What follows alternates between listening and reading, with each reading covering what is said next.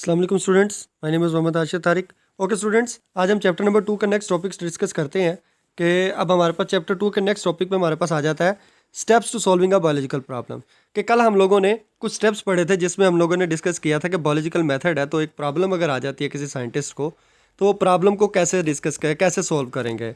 तो उसको सॉल्व करने के लिए जो बायोलॉजिस्ट हैं वो क्या करेंगे, कुछ स्टेप्स को अडॉप्ट करेंगे। तब वो स्टेप्स मैंने कल भी आपको बताए थे। तो पहला जो स्टेप था रिकॉग्निशन, कि पहले नंबर पे वो बायोलॉजिकल प्रॉब्लम को रिकॉग्नाइज करेंगे। अब जैसे ही वो रिकॉग्नाइज कर लेंगे, रिकॉग्नाइज करने के बाद उसको ऑब्जर्व करना शुरू कर देंगे कि वो प्रॉब्लम का मुशाहिदा करेंगे कि उसके अंदर असल में है क्या। उसको अपनी सेंसेस के ज़रिए से उसको फाइंड करेंगे। फिर उसके बाद एक फर्जी सी तफसील बनाएंगे, एक डेफिनेट एक लाइन में उसको बताएंगे उस ऑब्जर्वेशन को, अपनी जो उन्होंने ऑब्जर्व किया है, तो उस चीज़ को हम हाइपोथेसिस कह देंगे। फिर उसके बाद डिडक्शन है कि अगर वो एक लाइन बनाई थी, जो ऑब्जर्वेशन की थी, अब उसको जब वो एक अपने जहन के नतीजे में बस अपने जहन में सोचेंगे उसका रिजल्ट, तो वो डिडक्शन कहलाएगी कि अगर वो ऐसा करते हैं तो फिर उसका नतीजा क्या निकलेगा। फिर एक्सपेरिमेंट परफॉर्म करेंगे। एक्सपेरिमेंट के बाद जब जो रिज़ल्ट आएगा उसको इकट्ठा करके वो उसको रिपोर्ट कर देंगे। तो ये हमारे पास क्या है, स्टेप्स हैं जो किसी भी बायोलॉजिकल प्रॉब्लम को सॉल्व करने के लिए किए जाते हैं। अब बायोलॉजिकल रिकॉग्निशन और बायोलॉजिकल मेथड, जो पहला स्टेप है हम उसको डिस्कस करते हैं। तो रिकॉग्निशन में क्या करते हैं, रिकॉग्निशन मैंने पहले बताया था, रिकॉग्निशन का वर्ड क्या होता है कि किसी चीज़ को रिकॉग्नाइज करना, ढूंढना, यानी कि पहले नंबर पे उसको तलाश करते हैं। तो पहले नंबर पे बायोलॉजिस्ट रिकॉग्नाइज करेंगे प्रॉब्लम को, और रिकॉग्नाइज करने के बाद वो अपने डिफरेंट बायोलॉजिकल मेथड्स को अडॉप्ट करेंगे ताकि वो प्रॉब्लम को क्या किया जा सके, सॉल्व कर सकें। अब बायोलॉजिकल प्रॉब्लम मैंने कल भी बताई थी कि बायोलॉजिकल प्रॉब्लम क्या है, कि एक क्वेश्चन है। क्या है वो?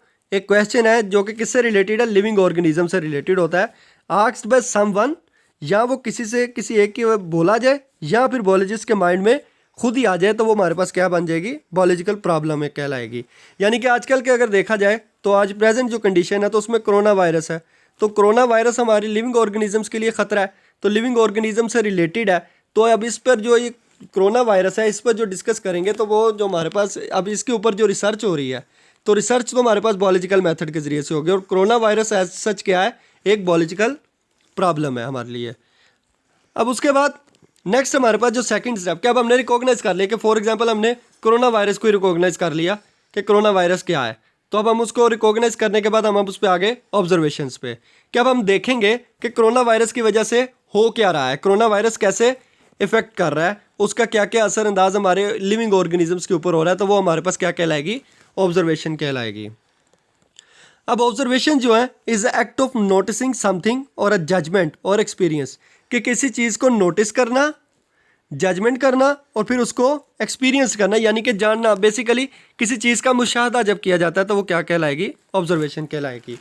अब ऑब्जर्वेशन जो है वो हम बनाते हैं 5 सेंसेस के ज़रिए से, यानी कि हमारी vision, hearing, smell, taste and touch. इन 5 सेंसेस को यूज़ करते हुए हम क्या करते हैं, किसी भी ऑब्जर्वेशन को प्रोड्यूस करवाते हैं। अब ऑब्जर्वेशन की टाइप्स पे आ जाते हैं कि ऑब्जर्वेशन बेसिकली 2 टाइप्स हैं, एक क्वांटिटेटिव और दूसरी क्वालिटेटिव। अब क्वांटिटेटिव से वर्ड से समझ आता है क्वांटिटी, जो कि नंबर से रिलेटेड होगा, किसी मिकदार से रिलेटेड, तो वो हमारे पास क्या है, क्वांटिटेटिव ऑब्जर्वेशन। और दूसरी जो टाइप होती है वो क्वालिटेटिव होती है। क्वालिटेटिव का मतलब क्या है, क्वालिटेटिव का मतलब होता है कैसी ऑब्जर्वेशन जो किसी की खसूसियात, क्वालिटी को डिस्कस करें, वो ऑब्जर्वेशन क्या कहलाएंगी, क्वालिटेटिव ऑब्जर्वेशन कहलाएंगी। तो यहाँ पर एक बात याद रखनी है कि जो क्वांटिटेटिव ऑब्जर्वेशंस होती हैं वो ज़्यादा एक्यूरेट रहती हैं as compare to qualitative observations. अब हम हर एक जो टाइप है, जैसे कि क्वांटिटेटिव ऑब्जर्वेशन है, तो पहले उसको डिस्कस करते हैं। तो उसकी कुछ प्रॉपर्टीज़ है, वो क्या प्रॉपर्टीज़ है कि मोर एक्यूरेट देन क्वालिटेटिव। पहली बात तो समझ आ गई कि जो क्वांटिटेटिव है वो ज़्यादा एक्यूरेट होती है एज कम्पेयर टू क्वालिटेटिव। दूसरी मेजरेबल, कि हम क्वांटिटेटिव को मेजर कर सकते हैं, कि हम ये बता सकते हैं कि उसके अंदर कितनी मिकदार किसी चीज़ की प्रेजेंट है। इनवेरिएबल, कि वो वेरिएबल नहीं है, वो डिफरेंट होती है हर किसी की, इनवेरिएबल है वो। और can be recorded in terms of number, और हम उसको क्या कर सकते हैं, नंबर्स में रिकॉर्ड भी कर सकते हैं, जैसे 1 2 3 4 5 इस नंबर्स में हम उनको लिख सकते हैं।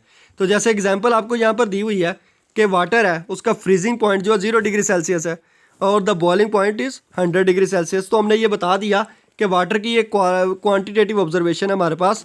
एक हमने ऑब्जर्व किया कि वाटर जो है वो बॉयल फ्रीज करता है 0 डिग्री सेल्सियस पर, और बॉयल करता है 100 डिग्री सेल्सियस पर, तो ये हमने नंबर्स की बेसिस पर बता दिया, उनके क्वांटिटी के बारे में बता दिया कि उनकी क्वांटिटी के बारे में ऑब्जर्वेशंस कैसे हैं। नेक्स्ट हमारे पास है क्वालिटेटिव ऑब्जर्वेशंस। अब क्वालिटेटिव मैंने पहले बताया था जो करेक्टरिस्टिक्स यानी कि खुसूसियात से रिलेटेड, क्वालिटी से रिलेटेड होंगी, वो क्वालिटेटिव ऑब्जर्वेशंस कहलाएंगी।